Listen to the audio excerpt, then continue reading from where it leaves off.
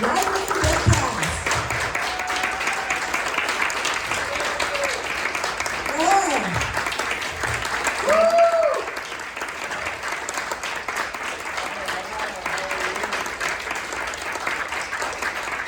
What do you guys want to say?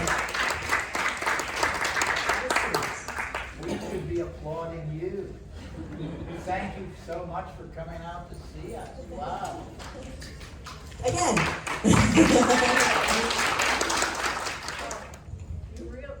You realize that without you, we wouldn't be here. Exactly. I would be on doing 55 yard work. years later, we wouldn't be here. Thank you so much for your support of our film.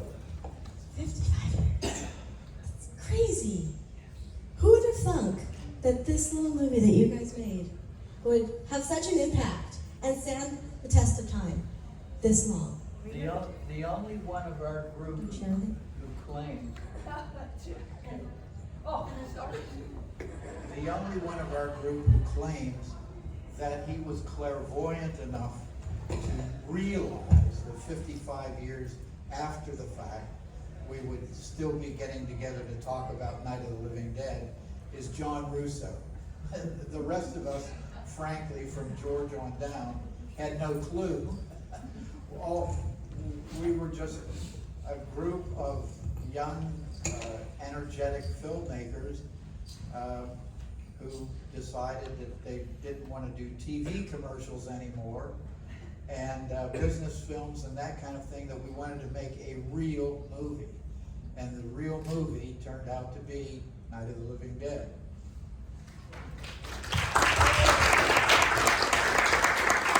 So this is such an iconic, legendary, revolutionary film. Let's go back to the beginning of you shooting it. If you remember, do you guys have any recollection of the first scene you got to shoot? We know exactly what it was.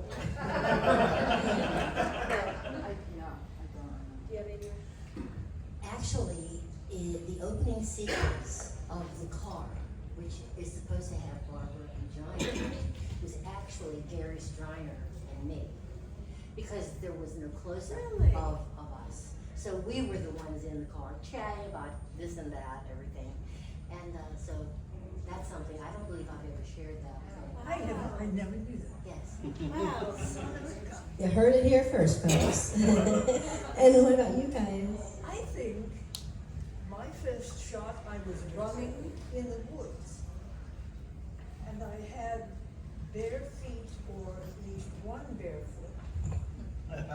But yeah, I remember running in the woods and then running along a road where George Romero was in the trunk of a Lincoln Continental. The bonnet is up and he's filming as I'm running hell-bent down the road.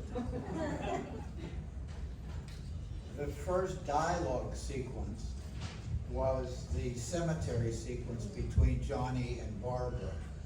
And that was the very first day of filming, along with the other shots that they're mentioning, with Gary driving the car with Judy in it. And we didn't get finished with the cemetery scene the very first day. And so we kept putting it off, the finishing of that scene, kept putting it off and putting it off and putting it off. So consequently, it was the very first day of filming and it was the very last day of filming. And in between time, about 3 months had elapsed. We started filming in early June of 1967, and it was getting into October, about this time, maybe even a little bit later, in October, by the time we finished filming. And this was southwestern Pennsylvania, where the weather is slightly different than it is here in Texas. Between June 1st and let's say middle of October, by the time we got to the middle of October shots, that these scenes had to be edited together. It was cold and it was rainy, and we had to be careful because sometimes you could see vapor coming out of our mouths, which is hard to work around. And it was also threatening with rain. So we had to do something to cover whether it was actually going to be raining or not. But you don't need to know all of that minutia, but coincidentally, that cemetery scene embodies both the very first day of filming and the very last day of filming. And what does it feel like to be part of such a pivotal movie now that you saw what it grew into, and it means so much to so many people for the last 55 years? It feels kind of surreal.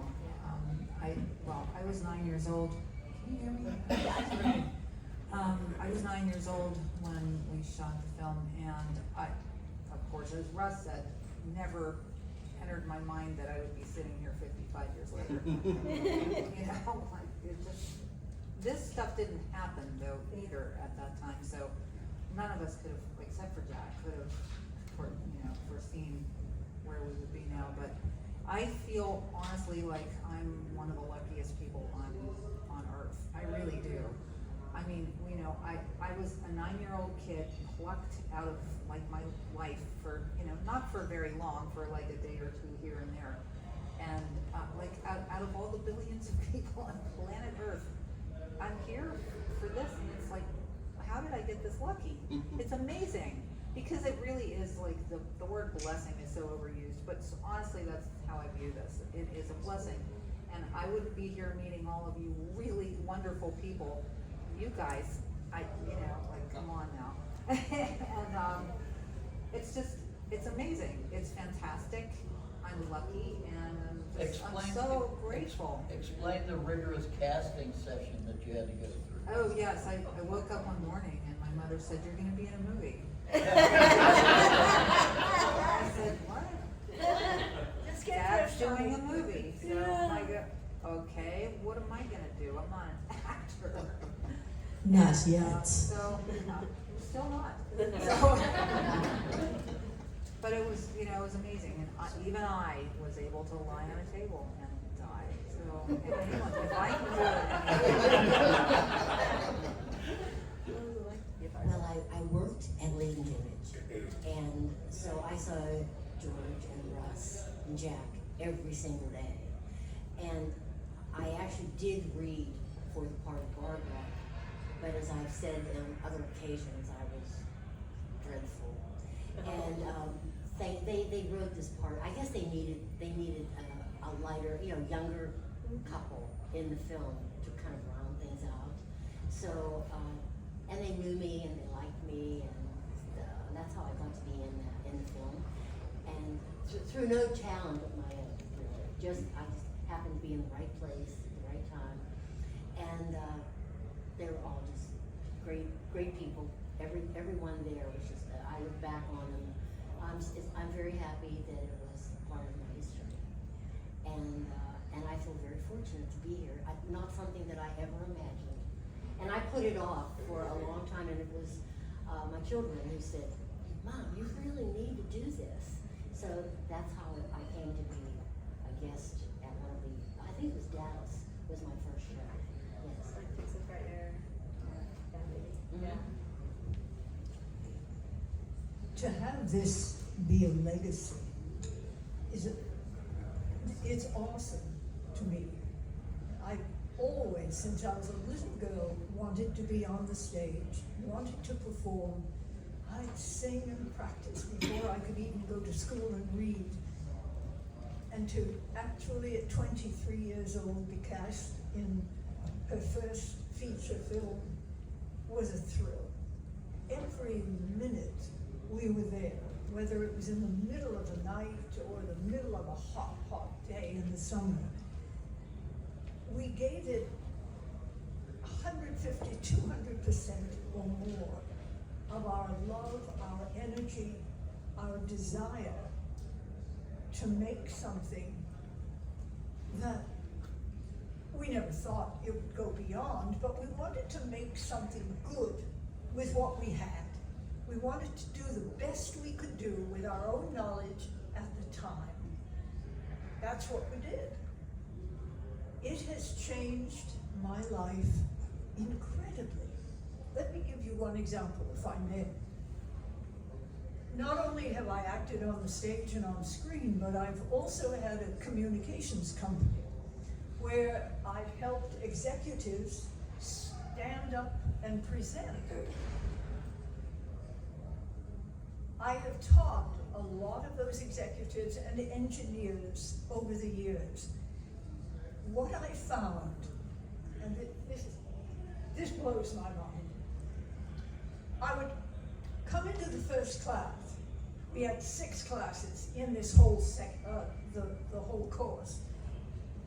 I'd introduce and say hello, and it was so nice to have you, etc., etc. Somebody would say, were you Barbara? Yeah. And I'd say, how did you find that out? Yes. Do you know from that time on, people that the attendees seemed to listen a little harder. Maybe she has something of value to give. Maybe, after all those years. That truly is how it affected me, that it would change these adult executives and engineers. Oh God, were you in my little It is a gift you have given all of us, and I thank you. Thank you.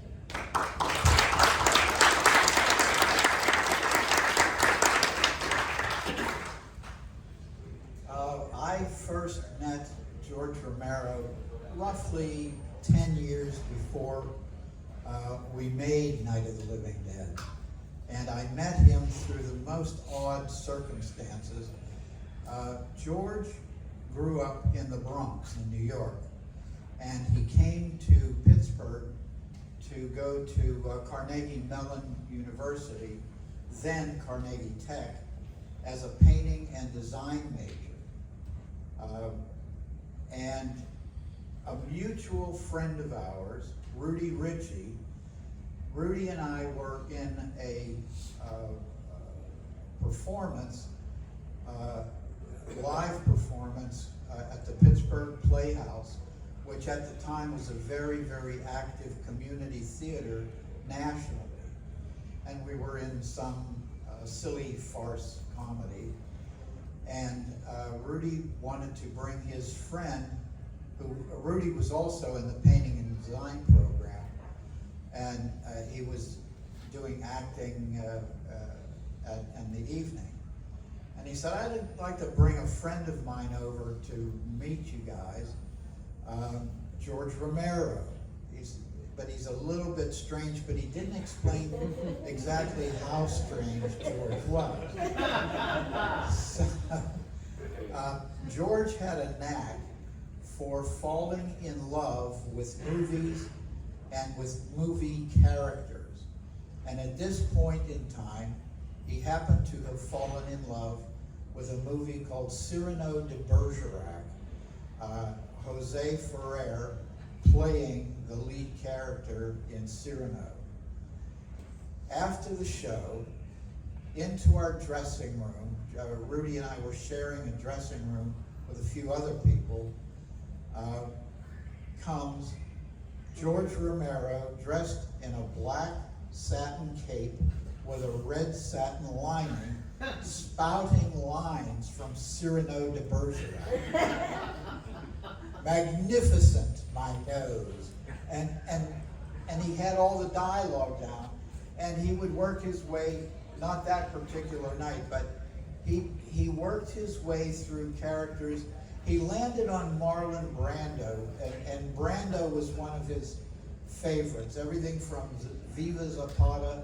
So depending on what movie was in George's favorable list at the time, you might find yourself talking to Marlon Brando or Cyrano de Bergerac or you name it. But that's how I first got to meet him. And a few months later, George contacted me and said, I'm making a movie, which was his first 16mm movie. I knew nothing about movies, and I mean literally nothing. I didn't know which end of the camera you were supposed to point. But he wanted me to be an actor in a movie called Expostulations, which I did, and the very first day of shooting, I became enamored with the production process. And George and I started to hang out, and about 10 years later, we completed our first real movie, being Night of the Living Dead.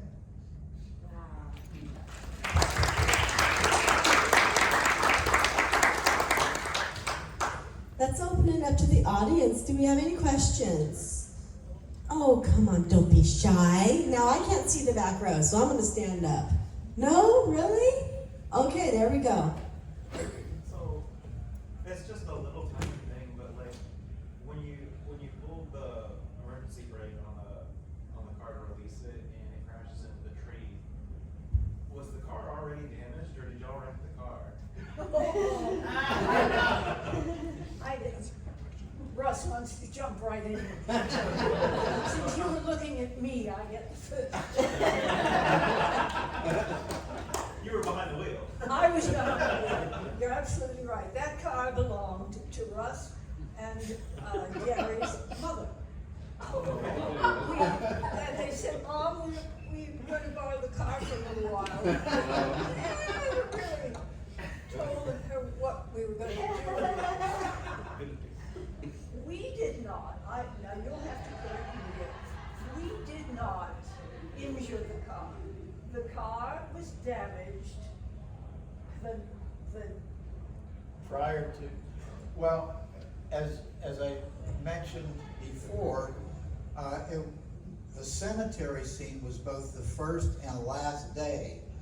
And there must have been probably 3 months span between those dates. My mother was driving her car back and forth to work, obviously, during that 3-month interim, and someone crashed into her and wrecked her car. So Gary and I persuaded her, don't get it repaired just yet, because we have to figure out a way to stop the car in the movie that we're making. So you can pick it up from there. because of course we had filmed the beginning of that scene when it's all whole and clean, and yet we finally come back after the crashed car. To me, the way George filmed that was so wonderfully done. When you look at it, I don't know how many times, but I swear that car was damaged by the tree that I ran into. It was so well choreographed. And that's how we got rid of the crash. Here's the Streiner's car. The only thing that we did, my mother obviously knew about the damage and so forth, and then she eventually got her car repaired. I wish that we still had that car. I wish that we had the foresight to put it in a plastic bag. It would be a very valuable gift. Jack Russo would have. Or we would have put a car that looks like it in the bag and said that it's it. The thing that my mother didn't know is that she didn't know that when Bill Heinzman, the cemetery ghoul, was trying to get after Barbara, that the passenger side window was going to be broken by Bill Heinzman slamming a rock into it. She didn't know that until she saw the movie in the movie theater the first night, the premiere of Night of the Living Dead. My brother Gary had the wits and foresight to, before the filming, he went to a scrapyard that was not too far from our house, and he bought a replacement window. So we were able to pull a fast one on my mother, replace the window before she knew anything happened to her. Oh, yes. the premiere. Do you guys have any memories from the premiere? Did you get to attend? Oh, golly, yeah. Yeah. We had limo, come pick me up. So excited. My hair at that time was as long as it was in the film. Because, of course, all that time had passed. But we were allowed to invite just a few select friends. How exciting that was. I can remember that night holding that drink, talking to Dwayne, laughing and laughing. But what is most 55 exciting? years ago tomorrow will be exactly. Yeah, That's right. 55 years, tomorrow night.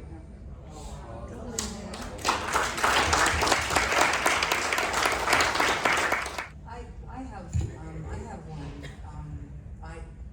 I was almost 11 when it premiered, and the day of the premiere, a bouquet of roses, a dozen roses arrived at the door. And like for an 11-year-old girl, like, whoa, what is that? You know?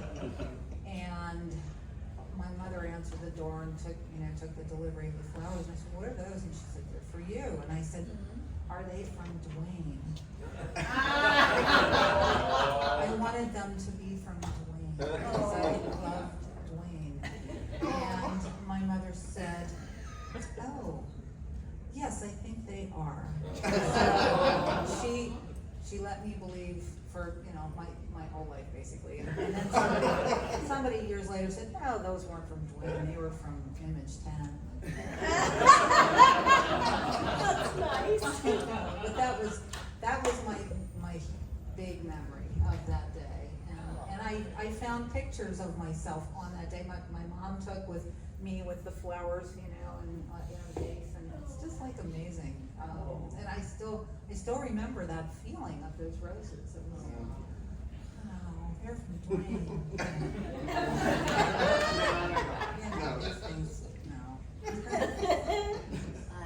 My parents and I went in the limo, and I remember my cousin and her husband were invited.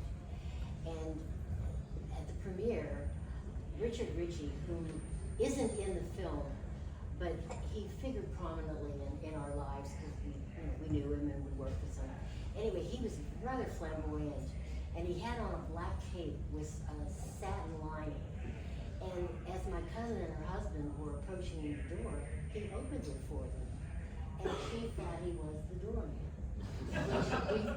Knowing Richard, that was something that we all found very amusing. And I remember that, I believe we went to the pilot house afterward, and that's where there was a kind of an after party. And it was such a special night.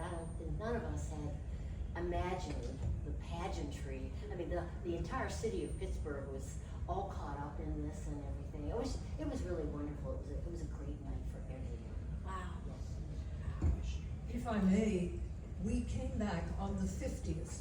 We had another celebration, another screening of the film on the 50th anniversary back in Pittsburgh at what was the Stanley Theater, but it is now the Byam Theater in Pittsburgh. It was as surreal and wonderful and as exciting as the original premiere was.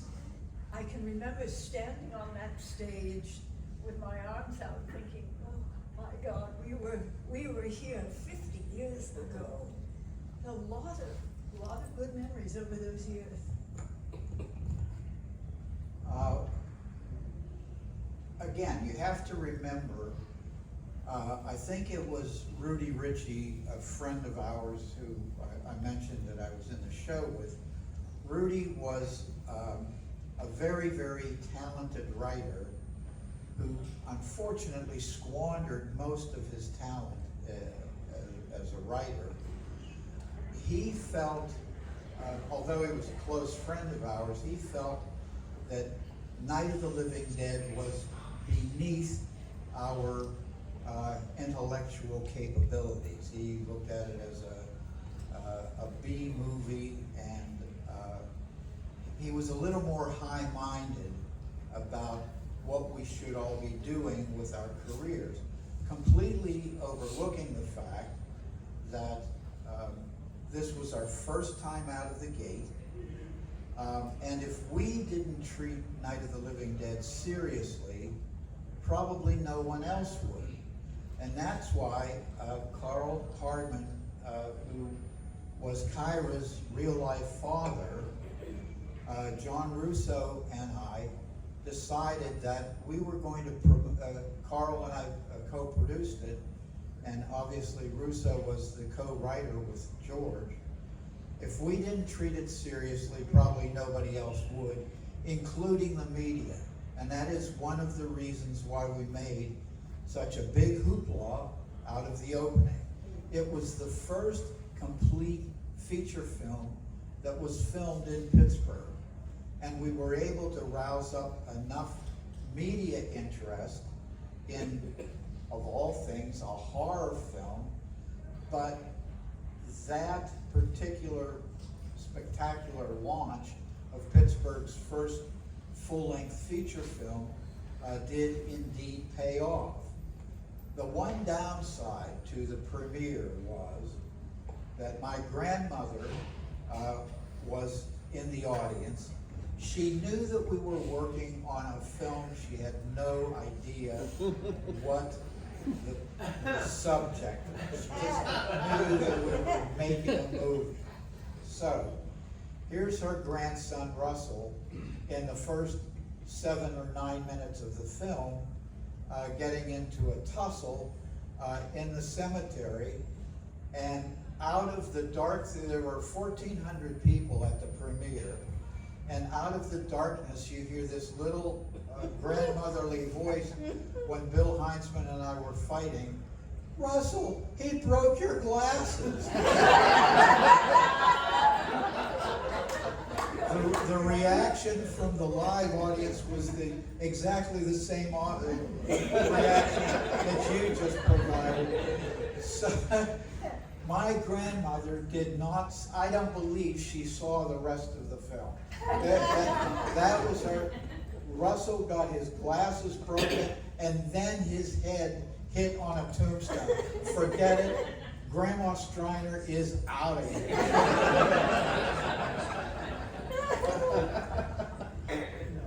don't know if I'm able to answer this question, but it's about the main character played by Dwayne Jones.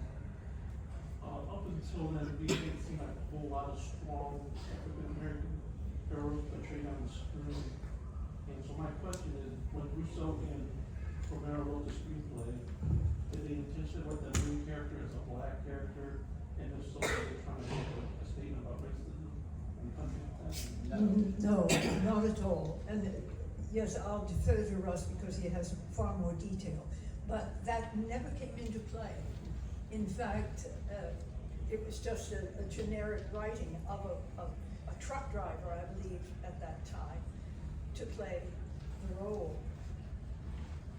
How Dwayne got the role is, I don't know if you've heard that story before, but I'll turn it over to Russ. He knows the details. Dwayne, bottom line, had the best audition of all the people who auditioned for it.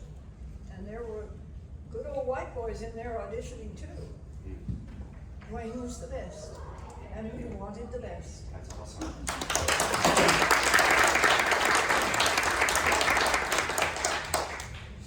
I've mentioned a few times the name Rudy Ritchie, and he was a close friend of ours, and it was kind of, and Rudy was also a pretty decent actor.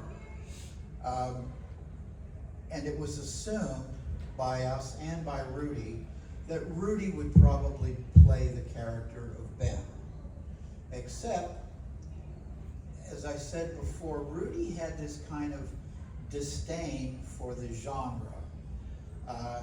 And his disdain came through, and even though he was a friend of ours, we decided we were going to look at other people to play the character of Ben. Dwayne Jones grew up in a suburb of Pittsburgh, but we didn't know him at the time. He grew up in Pittsburgh and then moved off to New York.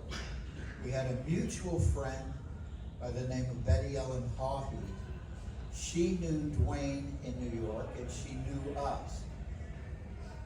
Easter Sunday, Easter weekend of 1967, Dwayne was coming back to Pittsburgh to visit his family for Easter. And through the good efforts of Betty Ellen, knowing both Dwayne and us, arranged for him to audition while he was in Pittsburgh over that Easter weekend. And as soon as Dwayne read, we knew that he had to be Ben. And even Rudy agreed, and Rudy voted that Dwayne should be the Ben character, and it was on that weekend that he was cast.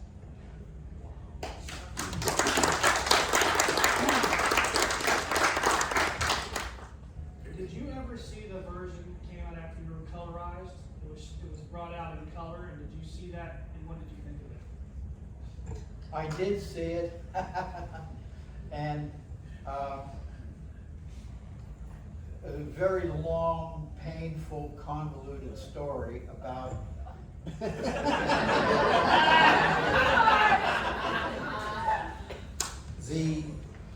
the loss of the original copyright to Night of the Living Dead. Under the copyright law that would prevail in 1968, if you put out a book or a record or movie, whatever, without a copyright notice on it, you lost your copyright forever. That law has since changed. And Night of the Living Dead was one of the reasons why the copyright law was changed.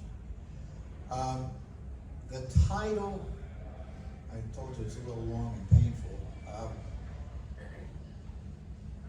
When Night of the Living, or when Latent Image first decided that we were going to do a horror film, a scary movie, nobody knew exactly what it was going to be.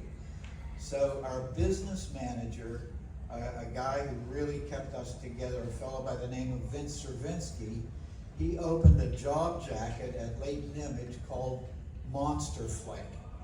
So that was technically the first name for Night of the Living Dead, but obviously as Monster Flick, not very commercial. So we attached a working title to it called Night of the Flesh Eaters.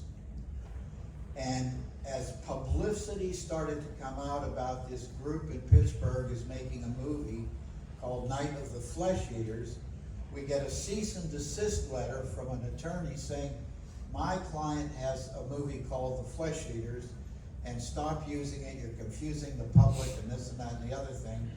Well, we didn't want our first movie out of the gate, we didn't want to start off with a series of lawsuits. So George suggested, why don't we put a title on it that nobody knows? We put a title on it called Night of Anubis. Anubis being one of the Egyptian gods of the dead. So the very first complete print of the movie had the title Night of Anubis along with a copyright. Okay, fine. We take it out and try to round up a distribution deal, which we did, but the distributor said, Anubis, what the hell is Anubis? Nobody's going to come to a movie called Anubis. Get out of here. And that's when we put the title Night of the Living Dead on it.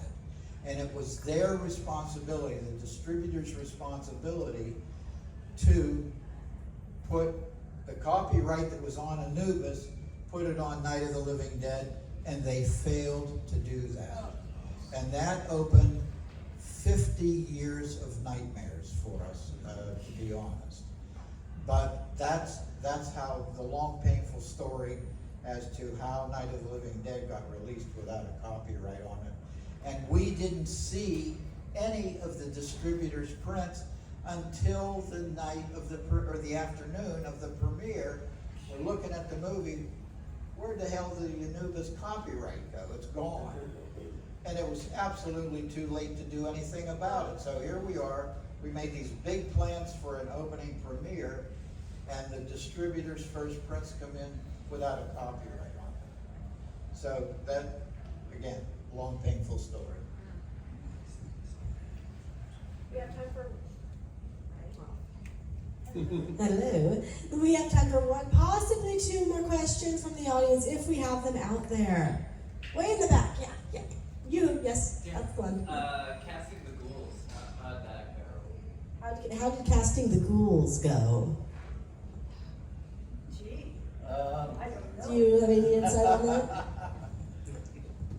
By the time, as I said, George and I, through the Latent Image and through Hardman Associates, we had pretty good reputations in Pittsburgh for doing productions.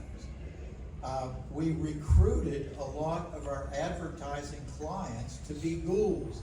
And it became kind of a social statement. Have you been invited to be a ghoul yet? What's wrong with you? I'm going to be a ghoul. I'm going to be a ghoul. And to be honest, we had all of the ghouls that we needed, and all the ghouls got paid $25, but many, many, many of them were our real-life advertising clients, not only of the Latent Image, but of Hardman Associates as well. And a lot of the others you see in the background. My father was in it, my English teacher's father, a gourmet cook, the owner of Pantoff Ford. We had anybody and everybody. When George said, we need a few more bodies for the posse scene we're going to shoot tomorrow, would we just call up your bridge partners or your golf buddies? Yep. But favorite memory of on the movie with George or Dwayne? Favorite memory of working with George or Dwayne? Or both? Go.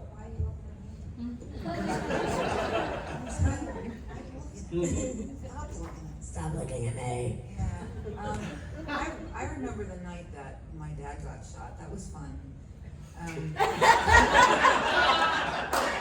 Because he didn't really die, so, but I was out there the night that they did the scene between Dwayne and my dad. And my dad, you know, like, the shot would go off and my dad would try to stumble down the stairs, but he kept getting caught in that coat tree, and it kept following him, you know, around the corner, and how many times did they redo that scene? And everyone was laughing like hysterically. I don't know how anyone kept a straight face during the final, scene that they did, but it was very, very funny. So when I see the scene, when I was younger, it used to bother me seeing him shot, but now I harken back to that ridiculous coat tree incident and like repetitive coat tree incident, and it just makes me laugh now. So people think I'm nuts when I laugh when I see my dad get shot. That was one of the longest dying sequences filmed in the movie. He's going down the stairs. I don't remember a lot of amenities at the farmhouse, and it was bare bones. And I remember that if you needed to use the bathroom upstairs, you had to go down to the creek and fill a bucket with water, and then bring it up so that the next person would have, a flushable toilet. And I also remember that the crew, George, and I think George included, I don't really know this for certain, they would spend the night in the farmhouse, and when there was going to be several days of shooting, and they would sleep in sleeping bags, because getting a hotel or a motel room was a cost that nobody wanted to incur. So if you could possibly get yourself home, I remember driving home, and I think my parents found me the next morning asleep on the glider.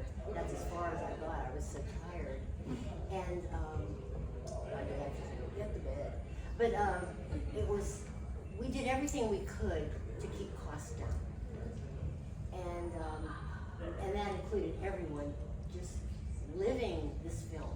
just devoted to it through whatever means were necessary.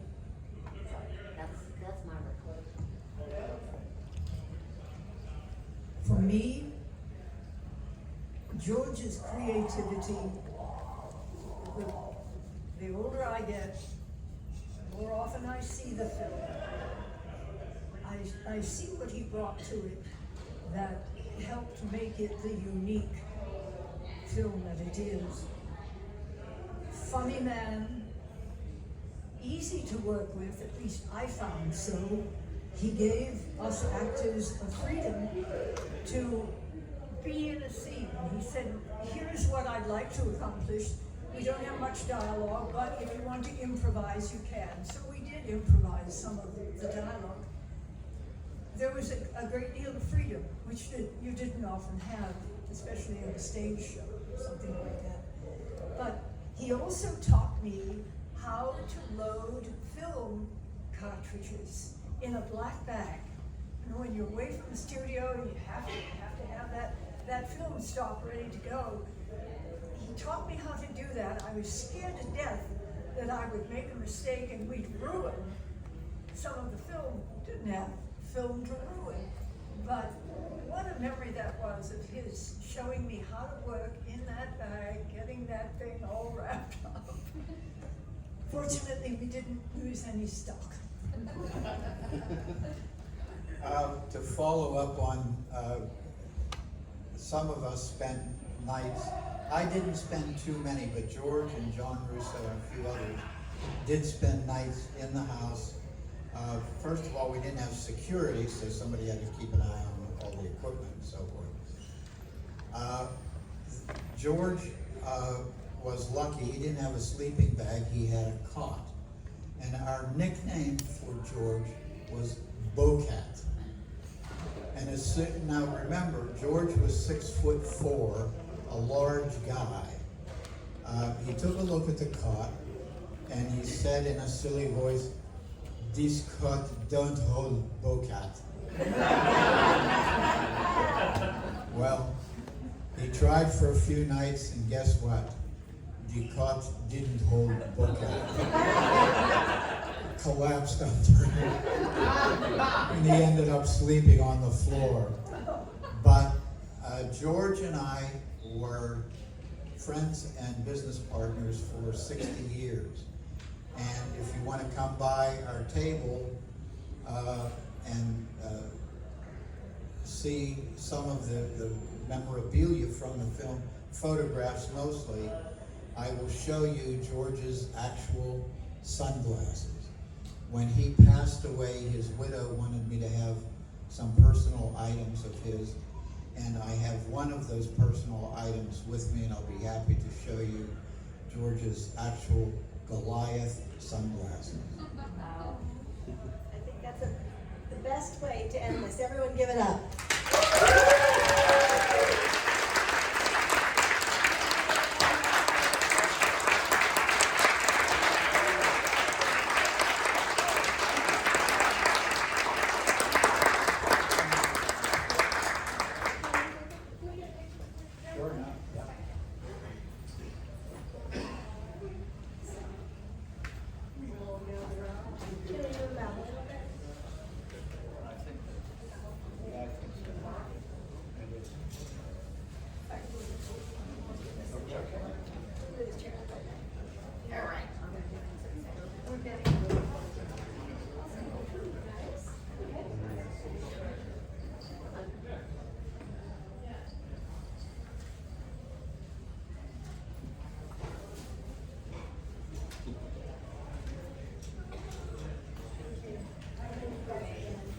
Thank you.